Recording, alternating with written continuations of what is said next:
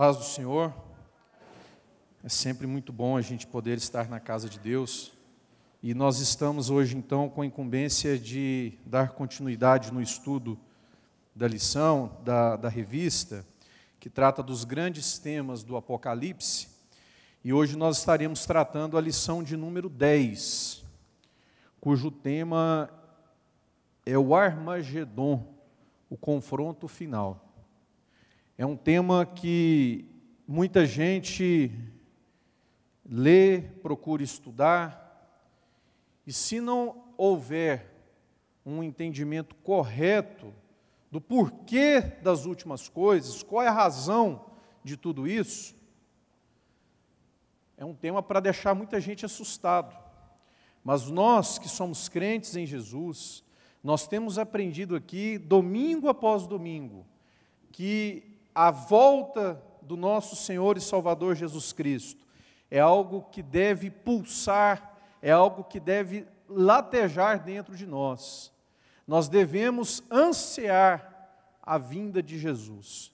E se você compreende que você foi conquistado por esse amor maravilhoso, se você compreende que a graça maravilhosa de Jesus um dia te alcançou, e que você faz parte desse povo maravilhoso, eu quero dizer mais uma vez para você, não se preocupe com nada que vai acontecer nos últimos tempos, porque nós estaremos vendo tudo o que vai acontecer de cima para baixo, que nós estaremos junto com Jesus para governar com Ele. Se você crê nisso, você precisa tomar posse, você tem que entender que você é um povo, você faz parte de um povo eleito, de uma geração santa, você faz parte de um sacerdócio real, que um dia vai ver todas essas coisas acontecerem, lá de cima, porque você vai estar do lado de Jesus, do lado do trono de glória. Amém? Então vamos lá.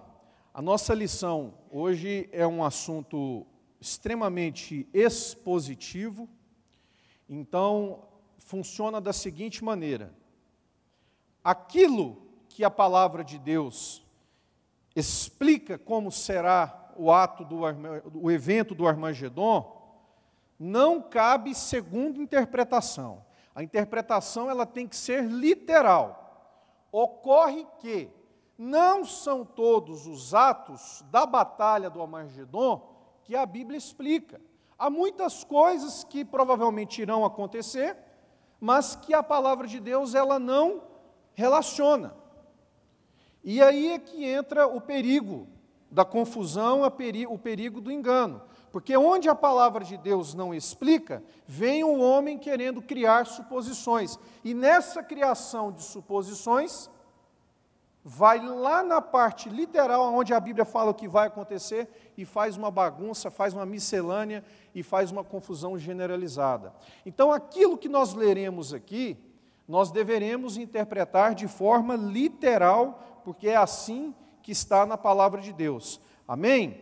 Bom, nós iremos ler, eu sempre gosto de dizer, que escola bíblica dominical é escola, e a gente tem que ter o livro da escola, que é a palavra de Deus nas mãos.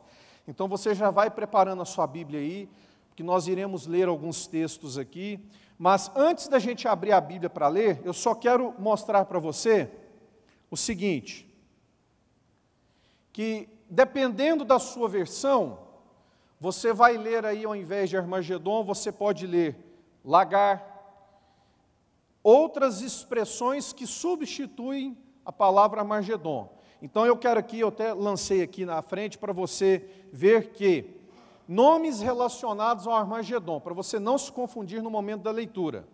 Então, o lagar, lá em Isaías 63, é algo que remete ao Armagedon. Lugar do julgamento divino, em Joel. Seara pronta para a colheita, remete também ao Armagedon. Vale da decisão, o lagar da ira de Deus e o lugar da ceia do grande Deus. Daqui a pouquinho a gente fala aí o que vem a ser esse lagar, tá bom?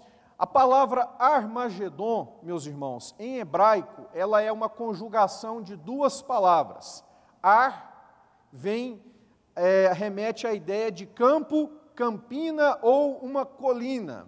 E Gedom vem lembrar uma cidade de Israel chamado Megido. Então, Armagedon remete ao local, à localização onde acontecerá essa batalha, tá? Vale do Megido. Essa região onde vai acontecer essa batalha, lá em Megido, é uma planície. Ela tem mais ou menos 300 quilômetros quadrados ali aonde vai acontecer essa batalha. Então essa imagem aí mostra o topo da colina e lá mais à frente dá para nós vermos que aquela planície, aquele lugar plano é onde os exércitos de todo o mundo vão comparecer para enfrentar Jesus Cristo, onde esses exércitos estarão aliados a uma figura chamada o Anticristo para enfrentar o nosso Senhor. E Megido, na verdade, hoje, existe uma cidade lá, inclusive ela hoje se encontra, a região ali de Megido, encontra-se tombada pela Unesco, Patrimônio da Humanidade, por conta da riqueza arqueológica que é ali, porque, na verdade, debaixo dessas pedras aí, dessa superfície, existem 26 cidades submersas aí, afundadas debaixo da terra. Já acharam aí até o indício da primeira igreja cristã no mundo, porque eles têm cientificamente condições de apurar a idade do carbono, das coisas que ficam ali soterradas. Há indícios que a igreja mais antiga cristã do mundo encontra-se aí. E é nessa região do Vale de Josafá, no Vale de Jezreel, que muitas batalhas na antiguidade foram travadas. Por exemplo, onde Gideão derrotou os midianitas.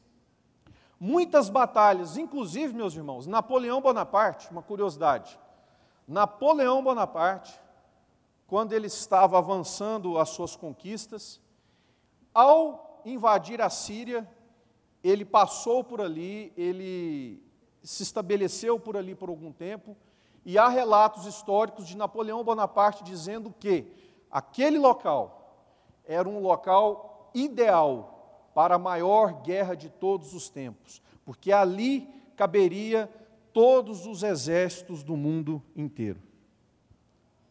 E não é que ele não estava certo, parece que ele não estava adivinhando que alguma coisa acontecerá nessa natureza. É uma região fértil, uma região de muitas águas, onde inclusive os reis, os juízes de Israel, usaram muito aquilo ali como proteção para outras nações, porque ali é passagem estratégica para o Oriente Médio. Então é só para a igreja ver onde que vai acontecer e aonde que Jesus vai chegar para fazer o que ele tem que fazer conforme a palavra de Deus conta para nós. Então eu quero convidar você agora, vamos passear um pouquinho na palavra de Deus, amém? Amém, meus irmãos? Então, abra sua Bíblia lá no livro de Salmos. Eu quero passear com vocês em alguns textos. Nós vamos ler o Salmo de número 2, que embora tratar, num primeiro momento, de Davi, quando fala do ungido, mas é um salmo extremamente escatológico. É um salmo extremamente que liga ao evento do Armagedon. Então eu quero compartilhar com vocês, porque quando a gente terminar de ler aqui esses textos, nós vamos chegar à conclusão que a Bíblia ela é autoexplicativa. Já está ministrado, já está explicado o que vem a ser, o que virá a ser o Armagedon. Então eu vou ler, e você acompanha aí por gentileza a leitura. Pode ser que dê uma diferença aí de versão, mas todos chegaremos lá com o mesmo entendimento. Então diz o seguinte: o reinado do ungido de Deus. Na minha Bíblia, a palavra ungido está com o U maiúsculo, então isso remete à pessoa de Cristo. Por que se enfurecem os gentios e os povos imaginam coisas vãs? Os reis da terra se levantam e os príncipes conspiram contra o Senhor e contra o seu ungido, dizendo: rompamos os seus laços e sacudamos de nós as suas algemas. Ri-se aquele que habita nos céus, o Senhor zomba deles. Na sua ira a seu tempo, lhes há de falar, e no seu furor os confundirá. Eu, porém, constituí o meu rei sobre o meu santo monte de Sião. Proclamarei o decreto do Senhor. Ele me disse: tu és meu filho, eu hoje te gerei. Pede-me, e eu te darei as nações por herança, e as extremidades da terra por tua possessão.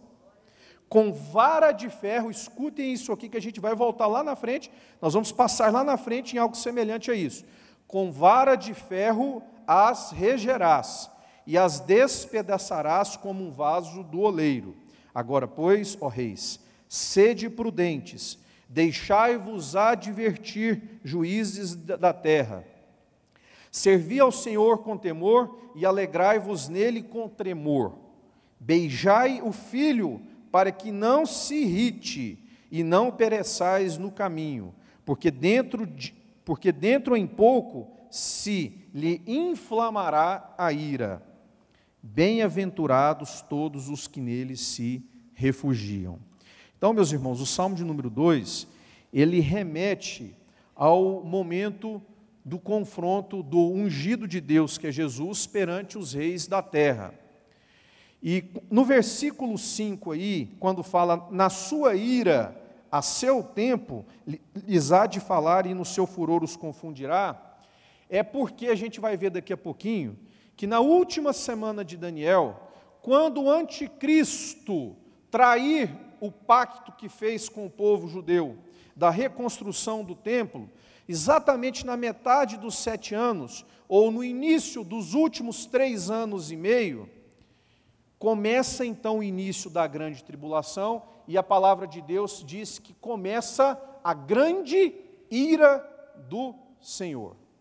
Quando o anticristo entrar no templo de Jerusalém, que for construído, quando ele fisicamente entrar, sentar no trono e dizer que ele é Deus, naquele dia será dado um sinal nos céus, que ninguém sabe qual sinal é este, mas todo o mundo entenderá, e começa ali os 3 anos e meio piores que a humanidade vai presenciar, que é chamado da ira do Senhor, ou a vingança do Senhor. Então o versículo 5 fala exatamente isso: na sua ira a seu tempo, lhes há de falar e no seu furor os confundirá. Haverá um dia que o Senhor não terá piedade daqueles que estiverem aqui na terra, como já aconteceu em vários momentos da história de Israel, mas haverá ainda um momento que não haverá piedade da parte do Senhor. Bom, vamos agora lá em Isaías, capítulo 63. A palavra de Deus é riquíssima nesse assunto. Toda a palavra de Deus, ela remete para o fim dos últimos tempos. A gente vai ver ao longo, isso aqui não é exaustivo, há inúmeras passagens na palavra de Deus que remetem, mas eu escolhi algumas por entender que são mais pertinentes ao tema aqui que a lição nos propõe. Então, Isaías 63, versículo 1 ao versículo 6, a gente identifica o seguinte, fala assim: Deus vinga o seu povo. Acharam aí? Podemos seguir? Quem é este que vem de Edom, de Bosra, com vestes de vivas cores, que é glorioso em sua investidura, que marcha na plenitude da sua força. Sou eu que falo em justiça, poderoso para salvar. Só para você entender, esse Edom aí, quem é este que vem de Edom? Edom hoje é a região da atual Jordânia, tá bom? Que fica a sudeste de Israel. Versículo 2: porque está vermelho o traje, e as tuas vestes como as daquele que pisa uvas no lagar. O lagar, eu o pisei sozinho, e dos povos nenhum homem se achava comigo.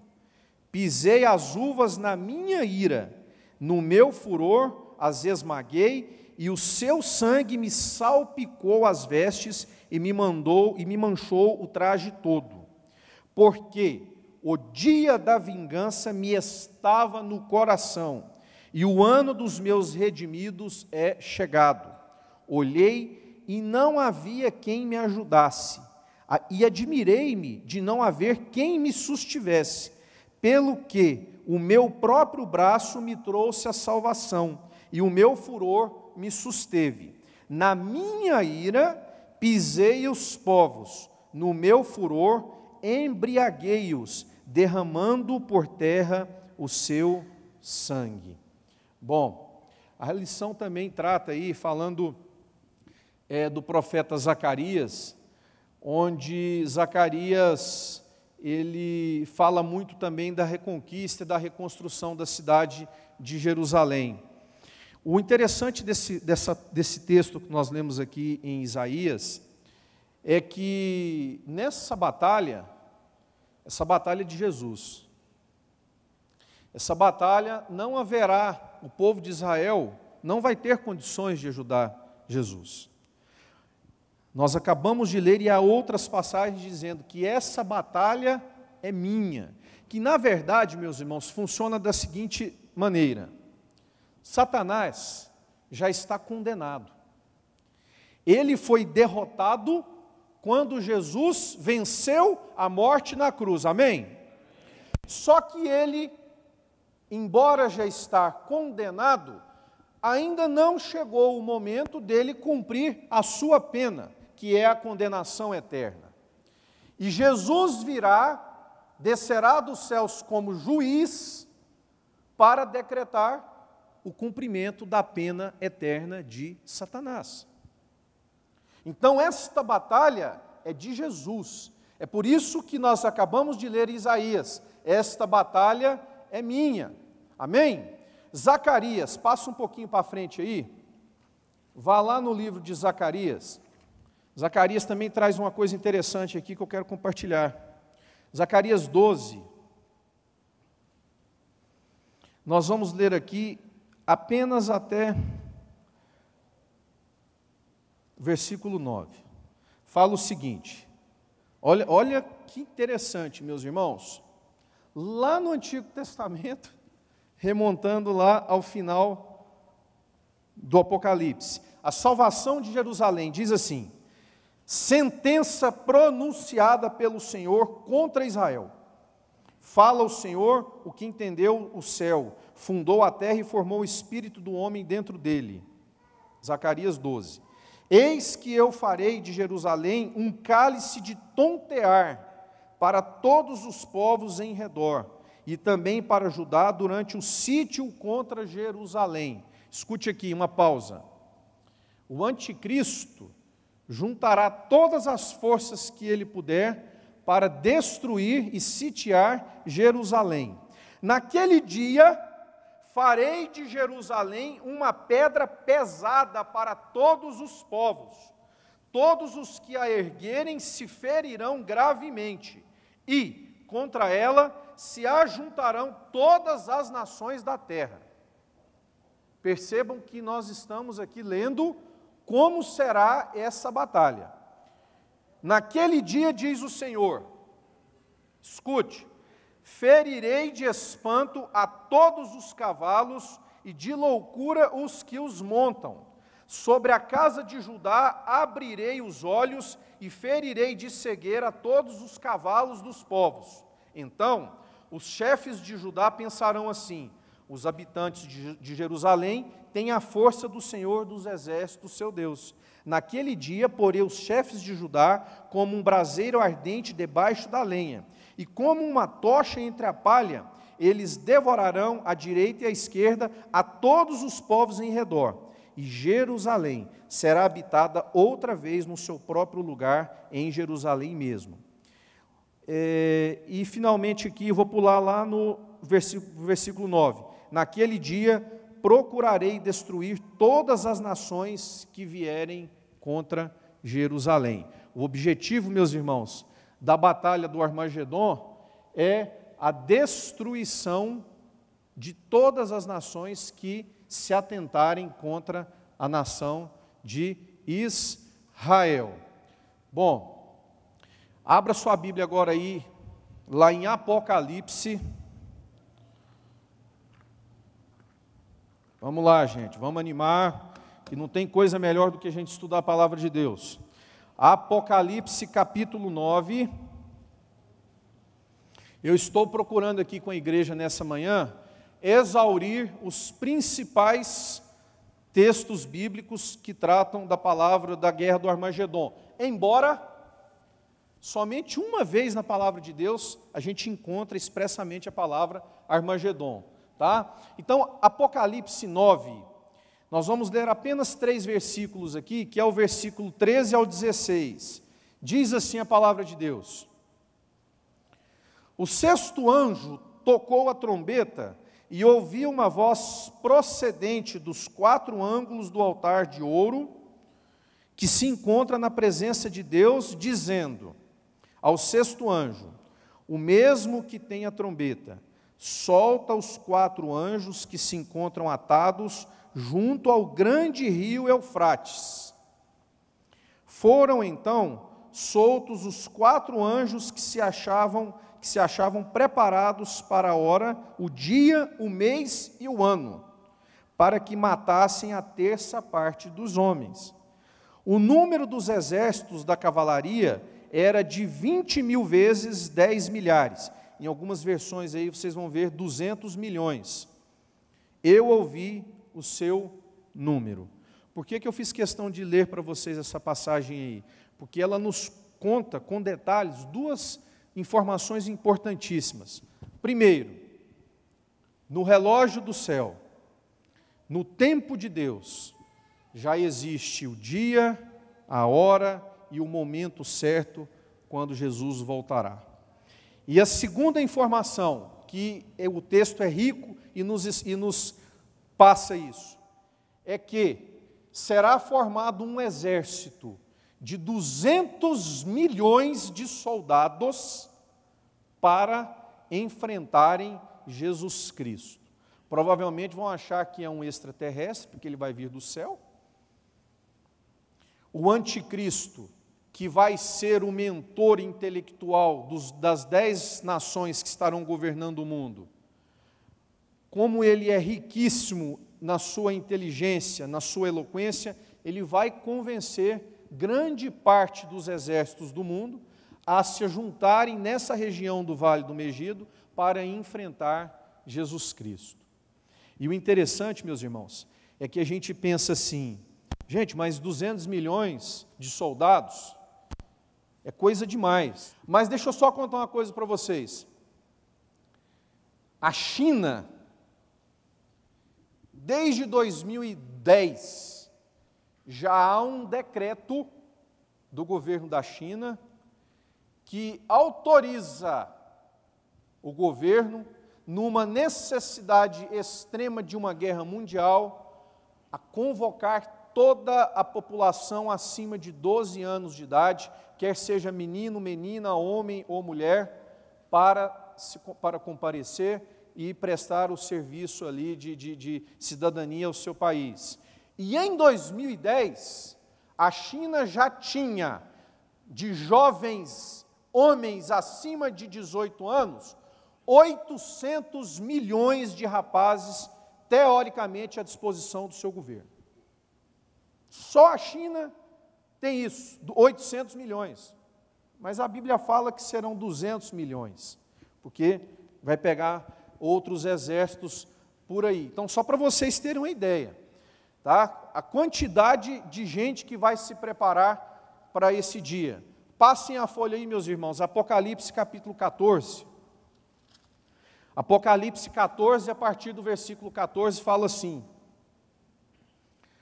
Olhei, e eis uma nuvem branca, e sentado sobre a nuvem, um semelhante a filho do homem, tendo na cabeça uma coroa de ouro, e na mão uma foice afiada. Outro anjo saiu do santuário, gritando em grande voz para aquele que se achava sentado sobre a nuvem: Toma a tua foice e ceifa, pois chegou a hora de ceifar, visto que a seara da terra já amadureceu. E aquele que estava sentado sobre a nuvem passou a sua foice sobre a terra, e a terra foi ceifada. Então saiu do santuário que se encontra no céu outro anjo, tendo ele mesmo também uma foice afiada. Saiu ainda do altar outro anjo, aquele que tem autoridade sobre o fogo, e falou em grande voz ao que tinha a foice afiada, dizendo: Toma a tua foice afiada, e ajunta os cachos da videira da terra, porquanto as suas uvas estão amadurecidas. Isso é uma alegoria que eu já explico para vocês. Então, o anjo passou a sua foice na terra, e vidimou a videira da terra, e lançou-a no grande lagar da cólera de Deus. E o versículo 20 diz o seguinte: E o lagar foi pisado fora da cidade, e correu sangue no lagar até aos freios dos cavalos, numa extensão de 1.600 estádios. Meus irmãos, vamos tentar aqui agora entender o contexto. O momento que nós, como povo de Deus, devemos ansiar, devemos esperar como aquele momento sublime para nós, não é ver a cara do anticristo, porque eu não quero ver, eu acredito que você também não vai querer ver. Não é ver ele por 3 anos e meio trazendo paz aqui na terra, que vai acontecer. Não é ver, assistindo de baixo para cima, Jesus destruindo o anticristo, o falso profeta, os demônios, lançando eles no abismo. O que nós mais precisamos ansiar e desejar no nosso coração é o arrebatamento. A vinda de Jesus, ela acontecerá de 2 etapas. E é o que nós temos aqui trabalhado ao longo das lições que a revista tem nos proporcionado. A primeira etapa da vinda de Jesus diz respeito ao arrebatamento. Essa etapa, ninguém verá a Jesus. Ele não pisará os pés na terra. Ele simplesmente descerá e, num piscar de olhos, literalmente, num piscar de olhos, ele vem e busca as primícias desta ceia aqui, desta ceifa que está sendo dito no Apocalipse. O que é a primícia? Toda vez que se faz uma plantação, por exemplo, de trigo, há primeiro a colheita da primícia, para depois acontecer a colheita propriamente dita. O arrebatamento, Jesus virá para buscar as primícias, aquilo que é o primeiro, aquilo que é o melhor, aquilo que é separado, aquilo que é sagrado. Sabe quem são as primícias? Os crentes que estiverem vigiando e estiverem preparados, não estiverem adormecidos. Lembram lá da parábola das 10 virgens? São aquelas 5 virgens prudentes. Esses serão arrebatados e serão levados já para a presença de Cristo, e nunca mais nós nos separaremos dele, amém? Bom, com o arrebatamento da igreja, a palavra de Deus não diz qual é o momento que vai aparecer o anticristo propriamente dito, mas é certo que um homem carnal, físico, igual a mim e você, será levantado. Isso aí já foi tratado aqui na lição de número 3, esse homem será levantado e constituirá uma nova ordem mundial. E dentre os objetivos dele, que na verdade esse anticristo é Satanás, querendo fazer as vezes de Deus, este homem, ele fará uma aliança com Israel para acabar com aquele problema todo, daquela guerra, e vai permitir que o templo de Jerusalém seja reconstruído. Nos primeiros 3 anos e meio, porque quando a igreja for arrebatada, começa ali a última semana das 70 semanas proféticas de Daniel. Esta última semana, meus irmãos, aí tem prazo certo, ela será de 7 anos. Então prestem atenção aqui, 7 anos dividido por meio, 3 anos e meio para cá e 3 anos e meio para depois. Os primeiros 3 anos e meio vai ser só coisa boa que vai acontecer aqui na terra. Ele vai acabar com a fome, ele vai estabelecer a paz, tudo vai estar no controle dessa pessoa que é o anticristo, e ele permitirá que o templo de Jerusalém seja reconstruído. Quando chegar o final dos 3 anos e meio, o que vai acontecer? O anticristo vai mostrar a cara dele. Ele vai mostrar para o mundo, para a humanidade, para que ele veio, amando de quem ele veio, porque ele quer entrar no templo de Jerusalém e sentar no trono de Jesus. E ele vai fazer isso. E ele vai ter tanta coisa para confundir, para ludibriar os homens, que Deus vai permitir que isso aconteça. Por exemplo, até hoje, o único homem que morreu e venceu a morte foi Jesus. Mas o anticristo, ele vai morrer, ele será morto e ele vai ressuscitar. Ele vai ressuscitar para enganar as pessoas, para as pessoas olharem e verem que ele é Deus. Mas na hora que ele sentar no trono, vai ser dado um aviso lá no céu, um anjo vai chamar Jesus e falar para Jesus: Jesus, a colheita está pronta, pode descer e passar a foice e cortar tudo que tiver que cortar. Jesus vem porque ele vai preparar os exércitos para destruir Israel. A palavra de Deus diz que os judeus clamarão pelo seu Messias como nunca tinham clamado, e Jesus entrará com a providência para salvar o seu povo, porque ele tem uma aliança. Jesus desce então, e quando Jesus desce, que é a segunda etapa da sua vinda, lembram que eu falei que na primeira etapa ele não pisa na terra? Na segunda etapa já é diferente. A palavra de Deus diz que ele descerá. Onde que ele vai pôr o pé, gente? Onde?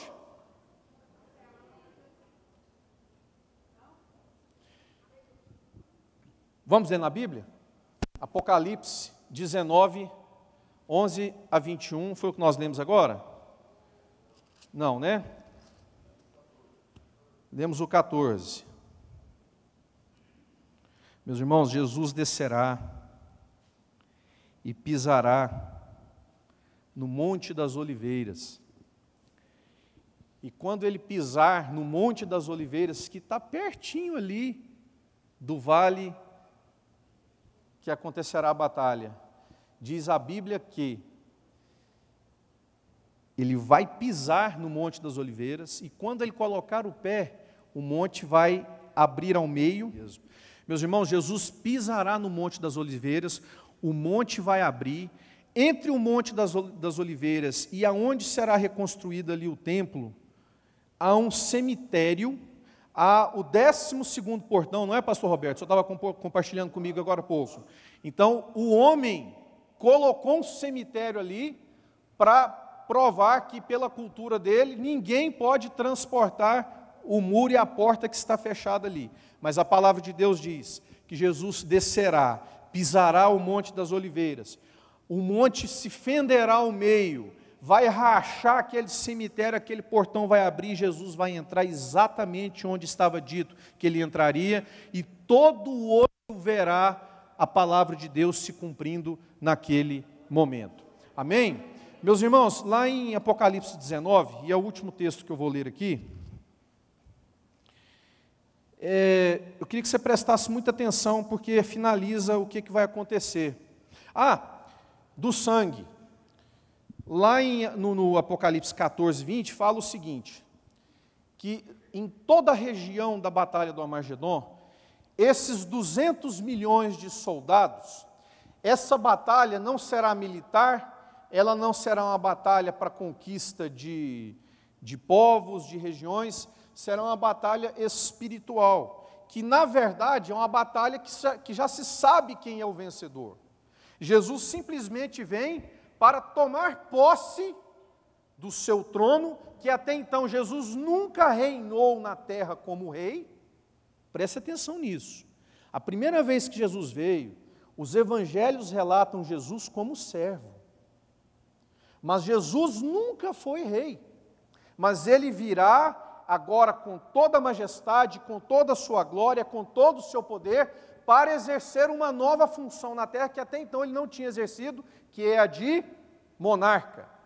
Será restabelecido a teocracia. Mas diz a Bíblia que Jesus, quando chegar lá no Vale de Megido, para acabar com o anticristo, o falso profeta e Satanás, a Bíblia diz que ele simplesmente fará isso aqui, ó.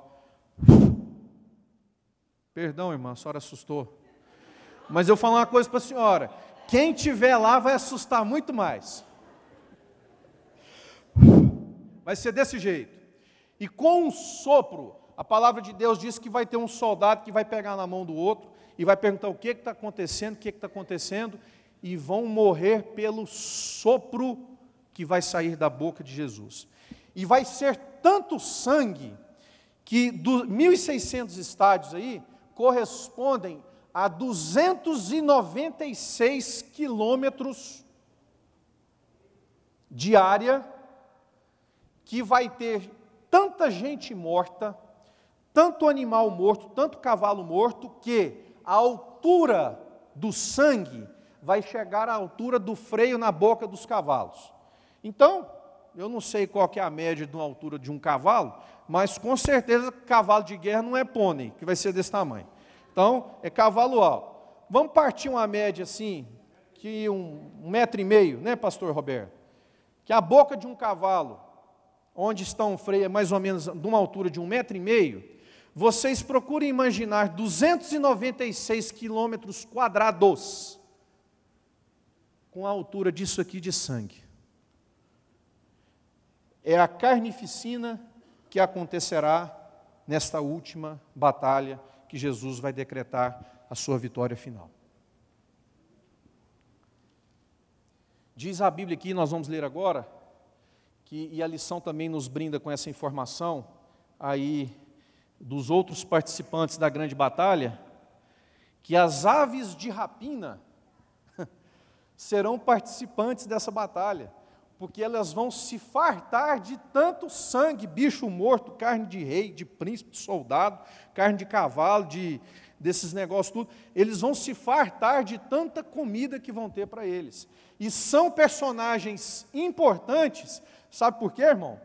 Porque quando Jesus instaurar o seu reinado de 1000 anos, que vai ser uma nova chance para quem ficar, que vai ter aqui de reconhecer Ele como Salvador, não pode ter morte, não pode ter sangue, não pode ter impureza, e esses animais, essas aves de rapina, terão um papel fundamental que limparão a terra para que Jesus reine com a sua glória e com a sua majestade. Amém? Apocalipse 19, eu preciso ler com os irmãos aqui o versículo 11 até o 21, para a gente finalizar a leitura aqui. Diz assim: vi o céu aberto, e eis um cavalo branco, o seu cavaleiro se chama Fiel e Verdadeiro, e julga a peleja com justiça. Os seus olhos são chama de fogo, na sua cabeça há muitos diademas, tem um nome escrito que ninguém conhece senão ele mesmo. Está vestido com um manto tinto de sangue, e o seu nome se chama o Verbo de Deus. Olha que interessante. Lá em João 1, versículo 1, fala que no princípio era o Verbo estava com Deus e o Verbo era Deus. E esse Verbo continuará sendo projetado para toda a eternidade. Versículo 14. E seguiam-no os exércitos que há no céu, montando cavalos brancos, com vestiduras de linho finíssimo, branco e puro. Sai da sua boca uma espada afiada, para com ela ferir as nações. E ele mesmo as regerá com cetro de ferro. Nós lemos isso lá no Antigo Testamento, agora há pouco. E ele as regerá com cetro de ferro, e pessoalmente pisa o lagar do vinho do furor da ira do Deus Todo-Poderoso. Deixa eu parar aqui só para te explicar uma coisa. Lagar, para quem não sabe, é aquele recipiente onde a uva ela é pisada para que seja feito o vinho. E há indicação na palavra de Deus que esse sangue da batalha de Armagedon não contaminará a cidade de Jerusalém. É por isso que esse vale fica a 60 milhas de Jerusalém a sudeste. E então, quando a Bíblia fala que Jesus virá para pisar o lagar da ira de Deus, significa que ele pisará e extirpará todo o vinho, toda a uva que não presta e que não foi aceita por Deus. Então, quando nós lemos aqui, e pessoalmente pisa o lagar do vinho do furor da ira do Deus Todo-Poderoso, é Jesus pisando com seus pés na cabeça de todos os soldados, de todos os reinos que se levantarão contra Jerusalém. Versículo 16: tem em seu manto e na sua boca, na sua coxa, um nome inscrito, Rei dos Reis e Senhor dos Senhores. Então vi um anjo posto em pé no sol, e clamou com grande voz, falando a todas as aves que voam pelo meio do céu. Olha aqui que nós acabamos de ler. Falando a todas as aves que voam pelo meio do céu: vinde, reunimos-nos para a grande ceia de Deus, para que comais carnes de reis, carnes de comandantes, carnes de poderosos, carnes de cavalos e seus cavaleiros, carnes de todos, quer livres, quer escravos, tanto pequenos como grandes. E vi a besta e os reis da terra com seus exércitos, a besta aqui é o anticristo, tá, meus irmãos? Congregados para pelejarem contra aquele que estava montado no cavalo e contra o seu exército. Mas a besta foi aprisionada. Olha o que vai acontecer então aqui. O anticristo, no caso a besta que era herege do mar, foi aprisionada, e com ela o falso profeta que, com sinais feitos diante dela, seduziu aqueles que receberam a marca da besta e eram os adoradores da sua imagem. Lembram que eu falei para vocês que o anticristo vai entrar, vai sentar no trono de Deus e vai exigir que seja adorado? É exatamente isso que Jesus vai fazer. Ele vai descer e vai aprisionar o anticristo. Os dois, o anticristo e o falso profeta, foram lançados vivos dentro do lago de fogo, que arde com enxofre. Não sei se vocês conhecem enxofre, mas pensa numa coisa que fede. Os restantes foram mortos com a espada que saía da boca daquele que estava montado no cavalo. E todas as aves se fartaram das suas carnes. Bom, meus irmãos, esse é o evento que acontecerá com a segunda etapa da vinda de Jesus. Cristo voltará, o seu trono, por alguns instantes, será usurpado, o anticristo vai procurar ser colocado aonde ele acha que tem que ser colocado, no local de Jesus, e Jesus vem, acaba definitivamente com todo o sofrimento que já havia sido revelado para Daniel, capítulo 9, que um dia acabaria.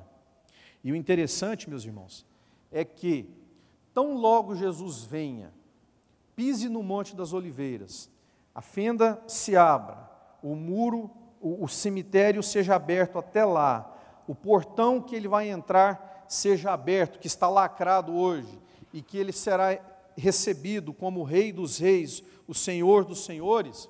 Até que isto aconteça, o papel da igreja, o nosso papel aqui, é nos prepararmos para que este momento a gente não fique de fora.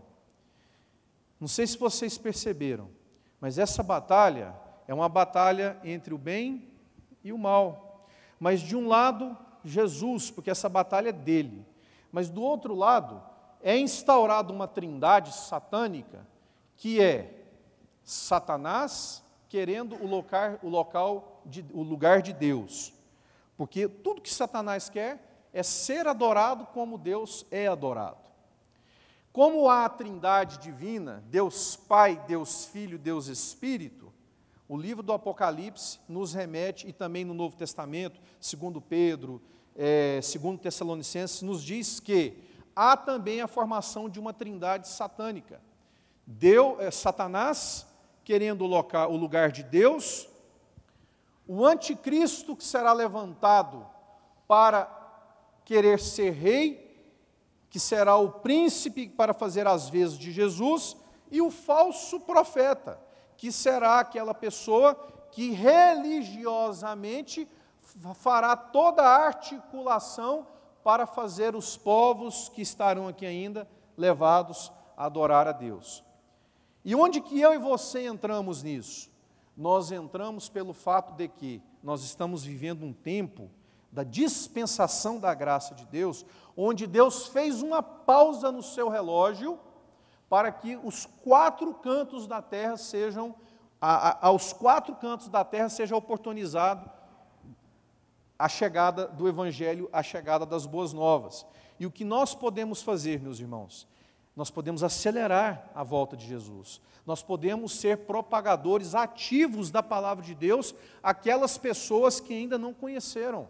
Mas tão importante como sermos agentes para levar a palavra ainda àqueles que não conhecem, que não tiveram o privilégio que eu e você já tivemos ou estamos tendo aqui no dia de hoje, é nós procurarmos viver a cada dia preparados, vigilantes, para que nós não sejamos pegos de surpresa.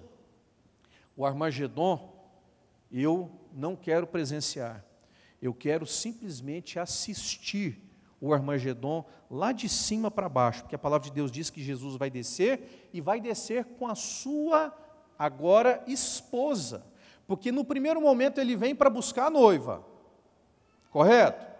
Aí nós estudamos aqui, quando chega lá em cima vai acontecer 2 coisas. A penúltima lição, o que a gente estudou aqui na penúltima lição? O tribunal de Cristo, e depois as bodas. Jesus dá o presente e depois casa. Jesus, quando volta para acabar com tudo no Armagedon, ele já volta simbolicamente casado com a sua igreja. E casamento pressupõe aliança que nunca mais será quebrado. Nós nunca mais estaremos separados do nosso Senhor Jesus.